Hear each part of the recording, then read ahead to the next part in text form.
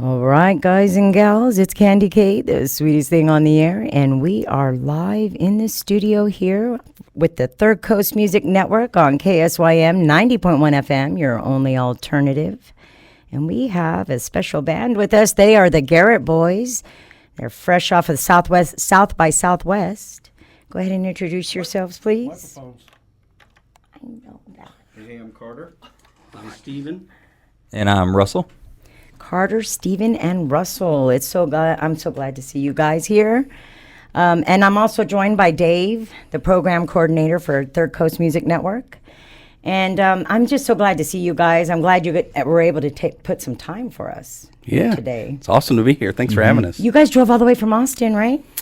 Yeah, I mean, but from Tennessee before that. So, we've been driving a while. Yeah. Oh, well, and that's where you're originally from. Yep, that's home for us. Yeah, for sure. So what I thought was really interesting, what I wanted to talk about is the genre of music, of course, fits into ours. But I feel like when I was listening to everything, I was like, this is so blues, so grassroots, so folk and country. It was, and a little rock and roll, So I felt like you guys are like really pushing the boundaries and melding genres. Yeah. That's how I thought about it. But can you tell me a little bit? Yeah, for sure. I mean, as we were writing the record, it was really hard for us to sort of land on what there was even moments where we were like, are there drums on the record? And finding that balance was tough because we felt like it was acoustic.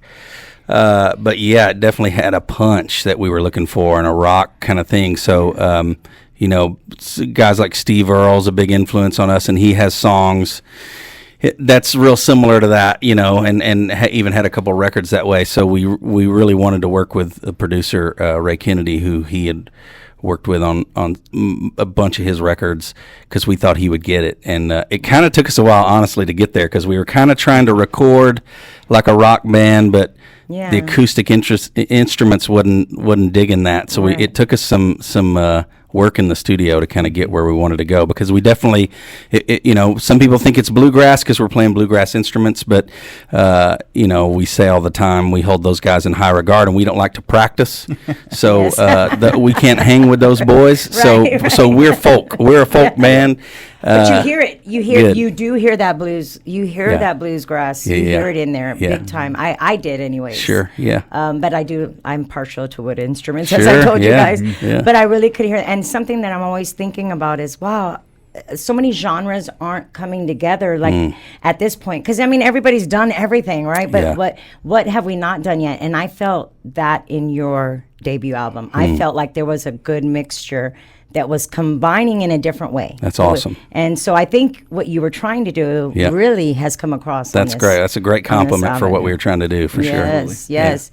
And what's coming up next? I know on March 20th you have a big thing going on. Yeah, we're going to be part of the Todd Snider tribute at Luck, and we're super excited about that. We get to do a set of our own music, and then we get to join everybody else that would doing a Todd song. So we're super stoked about getting to be part of that. Mm-hmm. So that growing up, it's a legend to you. Yeah, for sure. I mean, I remember I first saw him. So we grew up in a little rural town where we didn't have cable TV where we lived, out on the land. Right. But when it rained or when it was real clear, we could get our local PBS station over the air antenna, and so we'd get Austin City Limits, and I think I was 16 years old, and I think it was Todd's first record and first time he played there on Austin City Limits, and I saw that. So we're going to do one of the songs that he played. That's so cool. That night, and then I followed along, and like once I was in college, a little bit older, I totally was way into the East Nashville Skyline record and all that stuff. Yes. So, but yeah, really early on, I got introduced to Todd, his first record. So yeah. Yeah, and we're also big fans of Earl. We're definitely big fans. And I noticed something about Lucinda Williams, so I'm assuming that was, I was looking at your bio, and I was like, wow, they're like really woodsmen. Like, you know what I mean? Yeah. They're not just woodsmen in the instruments, but they're woodsmen. Yeah. And I love that. 500 acres is a lot.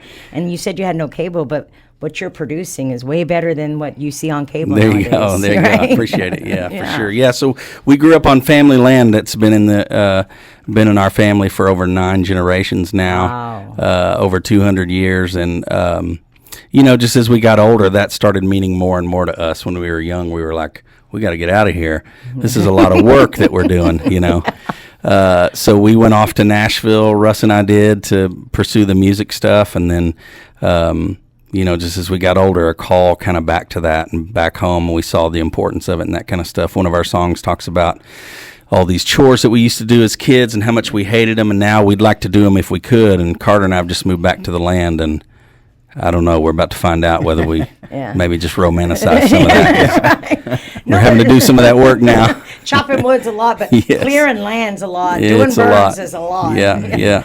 I came from 4 acres of land, and that's nothing compared to what. But that was one of the songs that I wanted to talk about, the chores and stuff that we just are so upset when we're kids. We're like, no, I don't want to do this. You know what I mean? But then as you get older, especially that feeling of your family, and that's something that I really loved when I was reading about you guys, is that you are really community and family based. And I think that's really important in this business, to stay grounded. Yeah. Right. And I love the fact, because I haven't told you guys, but there are 2 brothers, and one of the brothers, Stephen, has a son, and that son is a part of the trio. And I think that's fabulous that you instilled all of this. Yeah. And that he's joining you out here. Yeah, and what really helped too is he's way into the history of it, maybe even in some ways more than us. So like he's kind of become our historian now. Like if we started getting into details about family history, we would turn to him and be like, "Now what year was that?" Or now how long was Grandma and Grandpa married? Like, I mean, he's our historian. So you said 9 generations, right? Yeah, 9 generations. But that's how that keeps up, is that the young ones get such an interest, and they're like, "Man, I want to be a part of that." Yeah. And I love that you guys are keeping that going, and don't ever let go of those 500 acres of land. Yeah, for sure. Don't let them people do malls and apartment complexes on them. That's right. That's right. That's why you got to take this album and fly, because it's going. It's going. You guys are gonna make so much money off that. You'd never have to sell that land. Good deal. All right, guys and gals, you're in for a treat. Now we are gonna listen to Garrett Boys, and they're going to tell you a little bit about the song that they're playing, and then we're going to jump right into that live music you love so much. Yeah, we were just talking about the land that we grew up on and how influential that was and what kind of impact that had on us. So, again, we grew up on land that was in our family for 9 generations, over 200 years, and this is a song about that. It's called Me and This Land.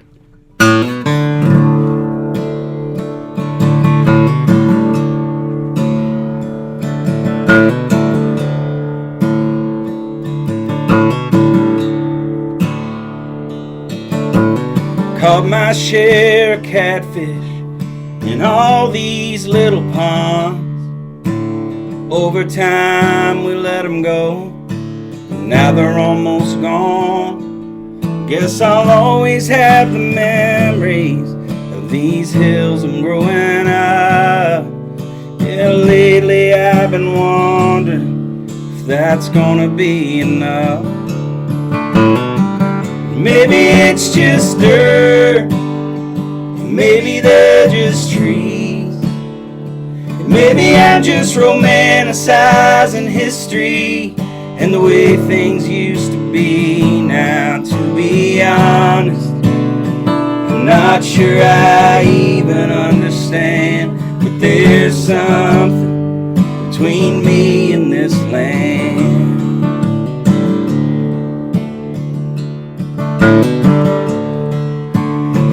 Up in this cabin my great-granddaddy built by hand. Those winters wasn't easy, but they made me who I am. Hauling hay and feeding horses, fixing fences, cutting wood. Yeah, things I swore I hated, now I'd do them if I could. And maybe it's just dirt, maybe they're just trees. Maybe I'm just romanticizing history and the way things used to be. Now, to be honest, I'm not sure I even understand, but there's something between me and this land. Yeah. For 6 generations, this deed is held our name. The blood blood, sweat, and tears, they all fall in vain. And there's an auction sign out by the road, yeah, and here I stand, the one letting go. And maybe it's just dirt, maybe they're just trees, maybe I'm just romanticizing history and the way things used to be. Now, to be honest, I'm not sure I even understand that there's something between me and this land. Oh Lord, there's something between me and this land.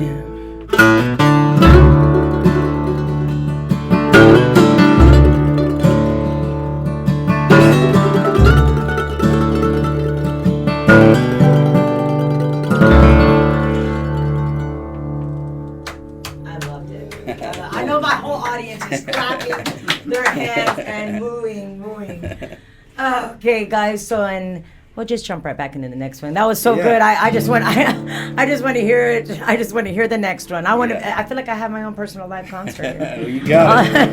This is a song called "Drag in the River." It's a song that my grandfather and my dad were really influential for us. They played music, and we played a lot of music around the house. And our granddad used to play, Johnny Cash songs, old bluegrass standards, Hank Williams, that kind of stuff.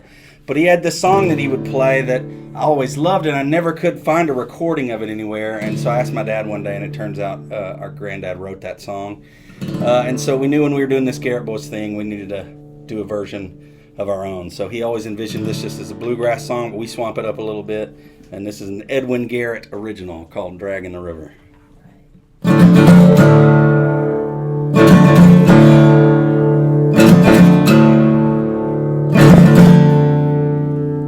Well, I'm going on a long, lonesome journey.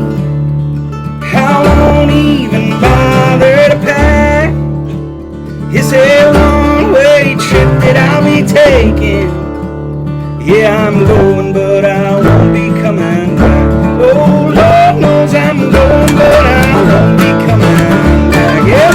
Hey, well, dragging the river my road, from the bridge down to the old pine trees.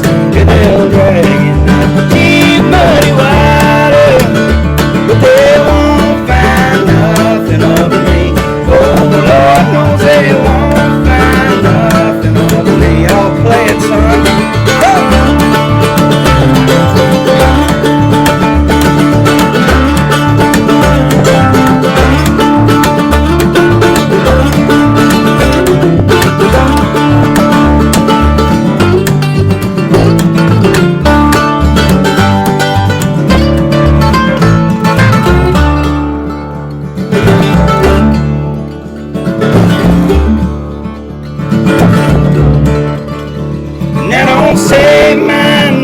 Just forget it.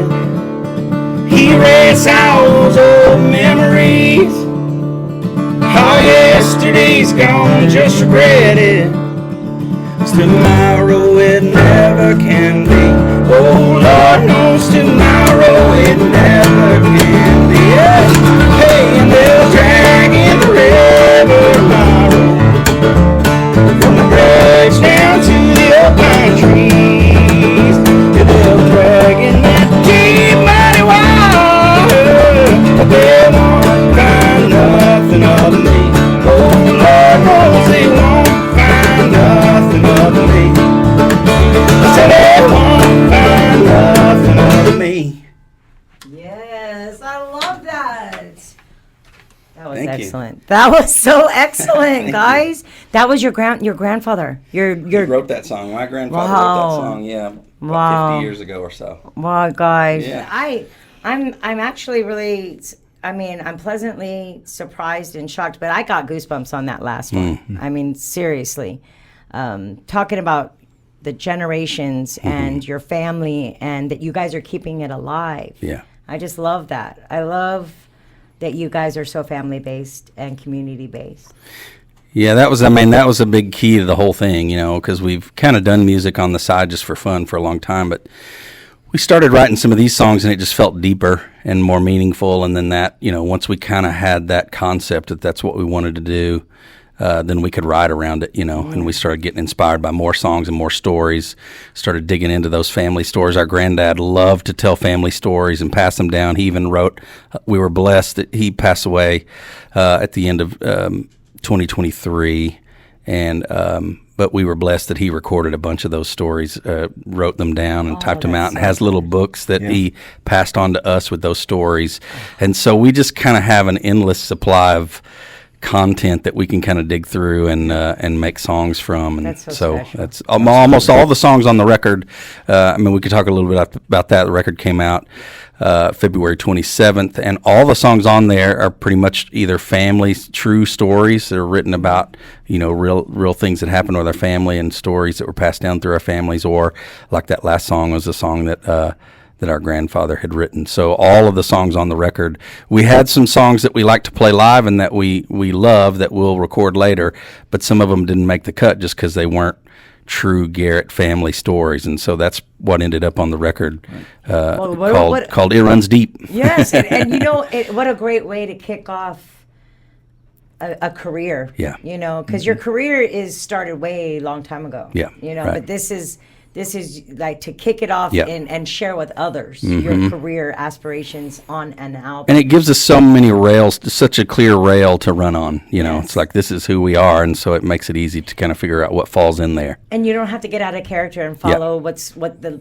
trend is or anything, because this is authentic. Yep, and that was a big part of it for us. We kind of decided early on, like, we're not going to write for radio or write for whatever. We're just going to write something that is important to us that we love. If people love it, great.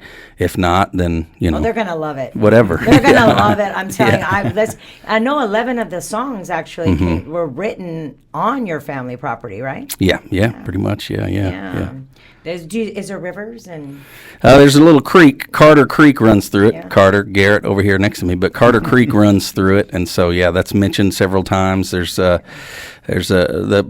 road the old road that runs right through our property ends up at a boat dock, and so it's the boat dock road, and so that's mentioned in the song. So a bunch of the stuff that's mentioned in there are inside baseball kind of things, inside stories, because they're things that are true to us. But when you guys sing, like when you were singing here, of course, because it's so live and impactful for me, you close your eyes and you can see the things you're talking about. You can feel the things you're talking about. That's what I got out of the whole album. Yeah. Is that this last song that you sang, it just gave me all these memories of my childhood with my grandparents, because that's who raised me. Yeah. And our generation. And it's sad because so many people don't have that generational background that they can talk about or that they bring forward. Right. And I think that's special. And I think that's why everybody is going to connect, because they can all close their eyes to this music and they can think back on so many things. Skipping rocks across a pond is when I started thinking, you know what I mean? Yeah, that's something we found out early on when we were, singing about this. We were like, is it too personal that people won't connect? But no, people connect it to whatever their connection is. Yes. Some of the first people were like, I didn't grow up on a farm, but my uncle had a farm. And every summer when I was a kid growing up, we'd go to my uncle's farm. So everybody has some sort of connect to me in this land or whatever it is that we're singing about. It runs deep. It runs deep so much so that it runs deep in every single one of us.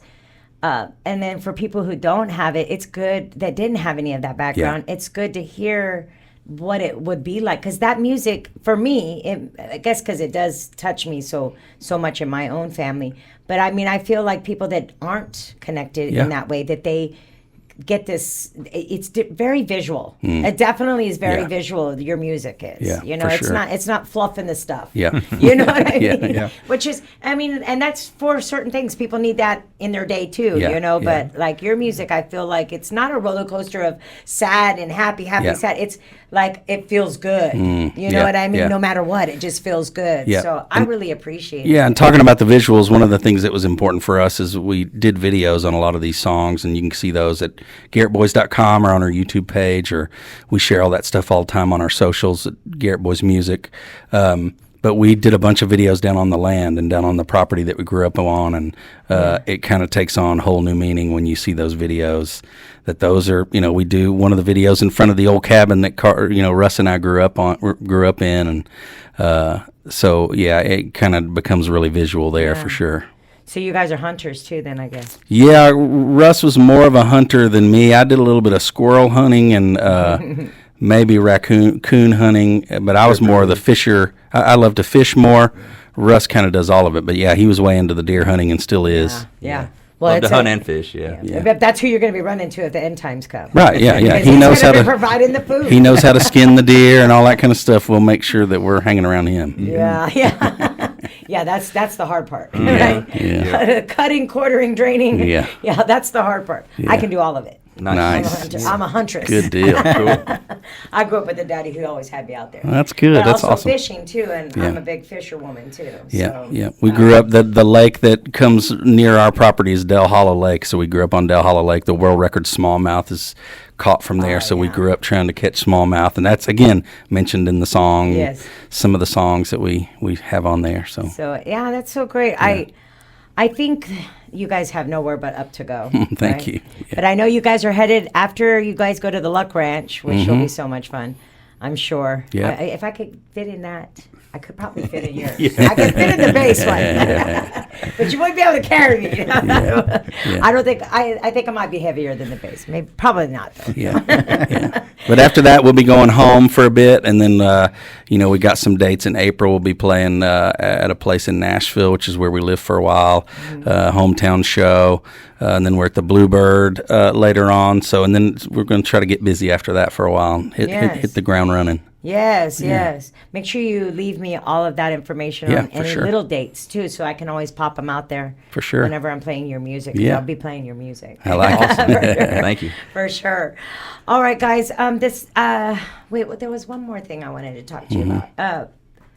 When your writing process, is it always in nature, or do you write outside, or do you go in nature, get your inspiration, and you come inside? Yeah, it's a little bit of both. I mean, a couple of these songs, Russ has a houseboat, and we rewrote a couple of these songs out on the houseboat, and that was nice. But yeah, usually kind of being in nature and bringing it in kind of is probably where it happens more. Yeah. Yeah. So you're real connected, really, to the earth.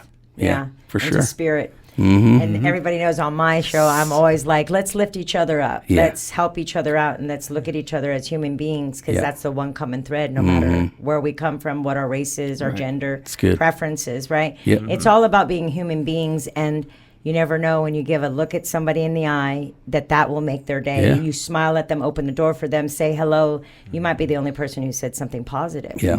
With your music, though, you're always saying something positive to people. You're bringing memories that are positive, even memories that aren't theirs. All of a sudden, they have a memory in their head. They're not sure where it came from. It was from your album. Yeah, I like it. You know what I mean? Yeah, for sure. Yeah, this is a song from the album called Who I Am. This one kind of got inspired when we were down on the Garrett Cemetery on our property, and we saw these names on headstones that were like the Hall of Fame for us. And we just, something was bubbling up that day, and I've heard somebody say that before music was about, radio singles and tours and album sales, it was the sound of the land and the song of its people. And so this is sort of our attempt at being the sound of the land and the song of our people. So this one's called Who I Am.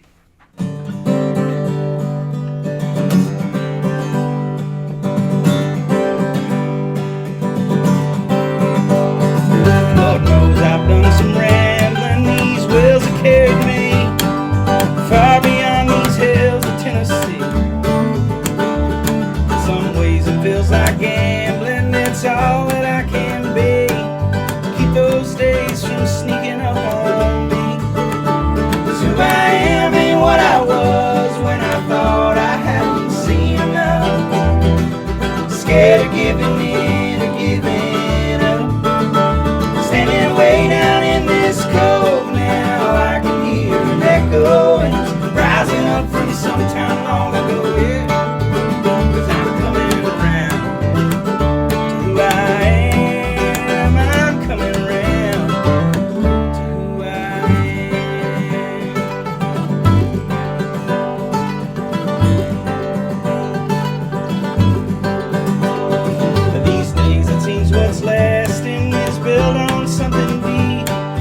raised out of sacrifice, and that ain't cheap. Oh, but I hear things in passing, this talk of running free. There's a price to be paid for anything, yeah. That's who I am, ain't what I was when I thought I hadn't seen enough. Scared of giving in or giving up. Standing way down in this cold now, I can hear an echo, and it's rising up from some time long ago, yeah. 'Cause I'm coming around.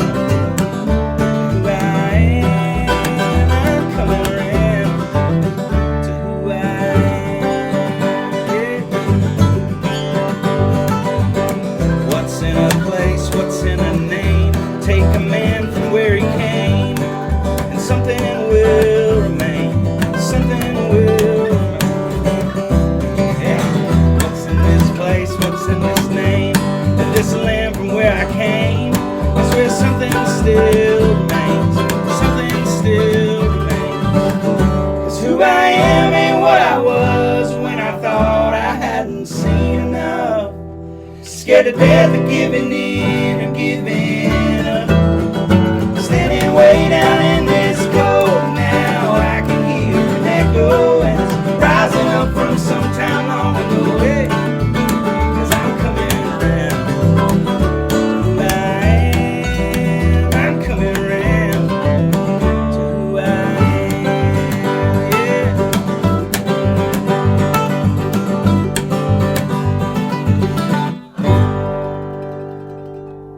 Oh man, I love it. Oh. You guys want to play one more? No. No, you guys. Man, I really love that. That was, and this one, and can you tell me a little bit about this one? Like, was this, you know how you have those little funny jokes sometimes, or funny stories about different songs, like, oh, we were going to use that one, there was different difficulty. Was there anything special about this one that? No, I mean, it was just kind of a core one that kind of fell right in the middle of the writing process that fit right in and helped kind of, again, give us those rails to run on. It was one of those that kind of was written sort of right in the middle of all these, and it felt like it was, just a kind of solidifying kind of thing to keep moving the way we were moving. So Yeah. Did you guys have songs that you recorded that you like you said didn't make the cut, but did you record them anyways? We didn't get to recording those, no, but we'll play some of those live and things like that. Mm-hmm. But again, there were just a few that like even some of the folks that are fans of ours, they kind of really like those, but they didn't make the record because they just didn't fit the vibe. They didn't fit the story of what we're trying to tell. Yes, I understand that. Yeah. I can't wait to hear that record. Yeah, because I know it's coming out. Coming up next, and you definitely have to come here and let us get a preview before you put it out there. Yeah, we will for sure.